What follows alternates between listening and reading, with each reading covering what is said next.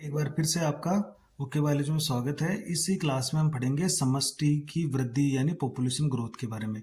तो population growth आखिर कैसे होती है? या ग्रोथ माइनस में भी जा सकती है और प्लस में भी रह सकती है, या तो बढ़ भी सकती है या कम भी हो सकती है। तो वो क्यों होती है, उसके कारण क्या है, तो वो सारे बातें अपन इसमें पढ़ने वाले हैं। तो देखिए, समष्टि ग्रोथ या पॉपुलेशन ग्रोथ यानी किसी जाति की समष्टि का आकार या जो घनत्व होता है वो स्थिर नहीं होता है। ये समय समय पर क्या होता है, बदलता रहता है। ये विभिन्न कारकों जैसे भोजन की उपलब्धता अच्छी है या कम हो गई, परभक्षण दाब यानी परभक्षी जो जीव है, खा जो शिकारी जीव है उनकी संख्या कम है या ज़्यादा है, या मौसमी बदलाव कैसा हुआ है, तो उसके आधार पर निर्भर करता है। देखिए, तो भोजन की उपलब्धता, परभक्षी दबाव या दाब और जो मौसमी बदलाव होते हैं उसके आधार पर जनसंख्या की यानी समष्टि की वृद्धि डिपेंड करती है। तो अगर ये अनुकूल होती है सारी चीज़ें तो वहाँ पर समष्टि की ग्रोथ बढ़ती है, अगर ये विपरीत होती है, प्रतिकूल होती है, तो जनसंख्या की या समष्टि की वृद्धि है वो घटती जाती है। तो समष्टि का घनत्व या तो बढ़ता है या घटता रहता है।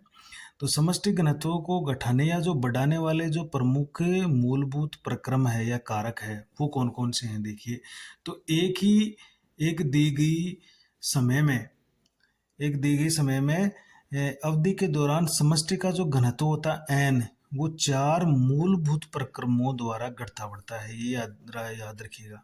अब वो मूलभूत प्रक्रम कौन से हैं? देखिए, एक तो है जन्म दर जिसको अपन बी से प्रेजेंट करेंगे, एक है मृत्यु दर जिसको डी से दिखाएंगे, एक है आप्रवासन इमिग्रेशन जिसको आई से, और एक होता है उत्प्रवासन जिसको इमिग्रेशन या ई से प्रेजेंट करेंगे। तो आप्रवासन का मतलब होता है किसी दूसरे स्थानों से कोई जीव जो आवास में आ जाए, और उत्प्रवासन का मतलब होता है कुछ जीव अपने प्राकृतिक आवास को छोड़कर दूसरी जगह चले जाएं। तो छोड़कर जाने वाले तो होते हैं उत्प्रवासन, और नए जीव जो आ रहे हैं वो कहलाते हैं आप्रवासन। कितने जन्म ले रहे हैं, कितने मर रहे हैं, तो इन चारों ये जो मूलभूत प्रक्रम है, जो घटक है, जो कारक है, उस पर डिपेंड करता है कि जनसंख्या घनत्व बढ़ेगा या कम होगा। तो जैसे जैसे ये जनसंख्या घनत्व है, समष्टि घनत्व एन, तो ये अगर कोई जीव इसमें आता है यानी प्लस है, ये प्लस का मतलब है ये बढ़ाएगा, घनत्व को बढ़ाएगा। और उत्प्रवासन यानी कोई जीव बाहर जाता है तो ये माइनस कर देगा, यहाँ पर क्या करेगा, ये माइनस कर देगा। इसी तरह से जन्म दर, नए जीव जन्मते हैं तो जनसंख्या घनत्व को प्लस करते हैं यानी बढ़ा देते हैं, और कोई मरते हैं तो वो जनसंख्या घनत्व को माइनस कर देते हैं। तो दो तो प्लस करते हैं, दो माइनस करते हैं। तो इनमें कौन सा ज़्यादा है या कौन सा कम है, उसके आधार पर टोटली अपन जब गणना करते हैं तो जनसंख्या घनत्व या समष्टि घनत्व पर क्या फर्क पड़ता है उसको अपन गणना कर सकते हैं। तो यहाँ पर होता क्या है कि जो जन्म दर और जो आप्रवासन आई है ये समष्टि घनत्व को बढ़ाते हैं, और मृत्यु दर, मर गए और जो छोड़कर चले गए जीव, वो उनके कारण से क्या होता है, समष्टि घनत्व हमेशा घटता है। तो हमने इसकी परिभाषा भी लिख रखी है कि जन्म दर क्या है, एक निश्चित अवधि में जन्म लेने वाले जीवों की संख्या है। मृत्यु दर क्या है, एक निश्चित अवधि में मरने वाले जीवों की संख्या है। और आप्रवासन क्या है, एक निश्चित अवधि के दौरान आवास में कहीं और से आने वाले जीवों की संख्या है ना। जैसे ये आवास है, इसमें किसी दूसरे आवास से कुछ जीव अंदर आ रहे हैं, तो ये आप्रवासन है। और उत्प्रवासन क्या होता है, एक निश्चित अवधि के दौरान आवास को छोड़कर चले गए, आवास को छोड़कर बाहर चले गए, दूसरे जगह पर चले गए। तो आवास को छोड़कर कहीं और चले गए जीवों की संख्या वो क्या होती है, वो उत्प्रवासन या इमिग्रेशन होता है। तो अगर हम इसकी गणना करें, देखिए, यदि एक समय ले लें अपन टी, तो टी समय पर हमारा समष्टि का घनत्व एन है। तो समय t+1 ले लें, उसके बाद t+1 पर समष्टि घनत्व कितना होगा। तो देखिए, t+1 का मतलब समष्टि घनत्व कितना होगा, तो n t+1 बराबर, यानी t+1 समय में समष्टि घनत्व कितना होगा, तो प्रारंभ में कितना हुआ है, nt, यानी t समय पर nt हो गया। अब प्लस, अब इसमें बर्थ जो जन्म दर और आप्रवासन यानी इमिग्रेशन वाले, इनको तो जोड़ेंगे और इसमें से माइनस कर देंगे अपन डेट वाले यानी मरने वाले और छोड़ कर जाने वाले D+E को, इनको माइनस कर देंगे। अब इनमें कौन से ज़्यादा है उसके आधार पर हम इसको गणना कर लेंगे। अब यदि जैसे B+I यानी जन्म लेने वाले और आने वाले, मरने वाले और जाने वालों में से ज़्यादा है, तो जाहिर सी बात है समष्टि घनत्व क्या हो जाएगा, बढ़ जाएगा।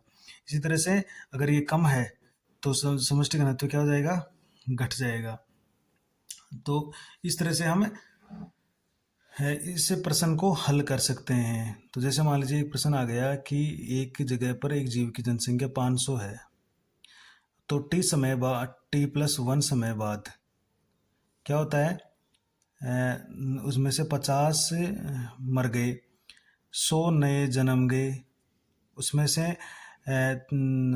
70 है वो छोड़कर चले गए, इमिग्रेट हो गए, और 30 है वो नए आ गए। तो इस तरह से हमने कर दिया कि 50 मर गए, 100 नए जन्म गए, 70 छोड़कर चले गए, 30 दूसरी जगह से आ गए। तो टोटल जनसंख्या घनत्व कितना हो जाएगा, t+1 समय में कितना हो जाएगा, इसमें हो जाएगा कि 500, अब इसमें प्लस करेंगे अपन, एक तो जन्म लेने वाले 100 और आगे 30, और माइनस मर गए 50 और छोड़ के चले गए 70। तो इस तरह से यहाँ पर हो जाता है 500 प्लस 130 माइनस 120। तो देखिए ये 120 हो गए, 130 हो गए, तो टोटल हो जाता है हमारे पास 500 प्लस यहाँ पर 10, यानी टोटल जनसंख्या घनत्व हो जाता है हमारा अभी 510। देखिए तो इस तरह से अपन इसकी गणना कर सकते हैं। तो केवल इसमें 10 का ही फर्क आया है। तो इस तरह से कोई प्रश्न आ जाए तो आप इसको इस सूत्र के द्वारा हल कर सकते हो।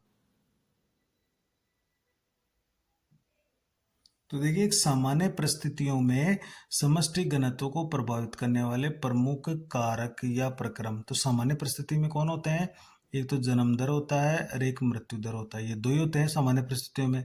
लेकिन कुछ विशेष परिस्थितियों में महत्वपूर्ण कारक और होते हैं, जैसे आप्रवासन और उत्प्रवासन।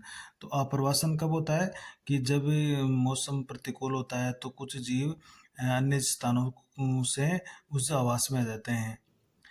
जैसे हमारे केवलादेव पक्षी अभयारण्य में साइबेरिया से जो क्रेन, साइबेरियन क्रेन है वो आते हैं।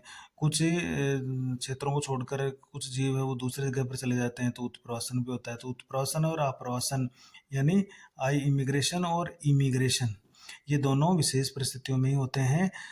जैसे अगर नए आवास में जीवों की नई बस्ती बनी है, अगर नए आवास में जीवों की नई बस्ती बनी है तो जन्म दर की अपेक्षा आप्रवासन का समष्टि वृद्धि में अधिक महत्वपूर्ण योगदान होता है। तो क्यों, अगर नए आवास में जीवों की एक नई बस्ती बनी है तो नई बस्ती का मतलब है वहाँ पर जन्म दर इतना नहीं हुआ है, वहाँ पर कुछ जीव है वो दूसरे स्थानों से आए हुए हैं, तो वहाँ पर आप्रवासन जो होता है वो महत्वपूर्ण भूमिका निभाता है जनसंख्या या समष्टि की वृद्धि में। तो इस तरह से अभी इस टॉपिक को हम इतना ही पढ़ेंगे। नेक्स्ट वीडियो में हम जो वृद्धि के जो मॉडल के जो ग्राफ होते हैं वो पढ़ने वाले हैं, और अभी से अब इसको आप लिख सकते हो। Thank you.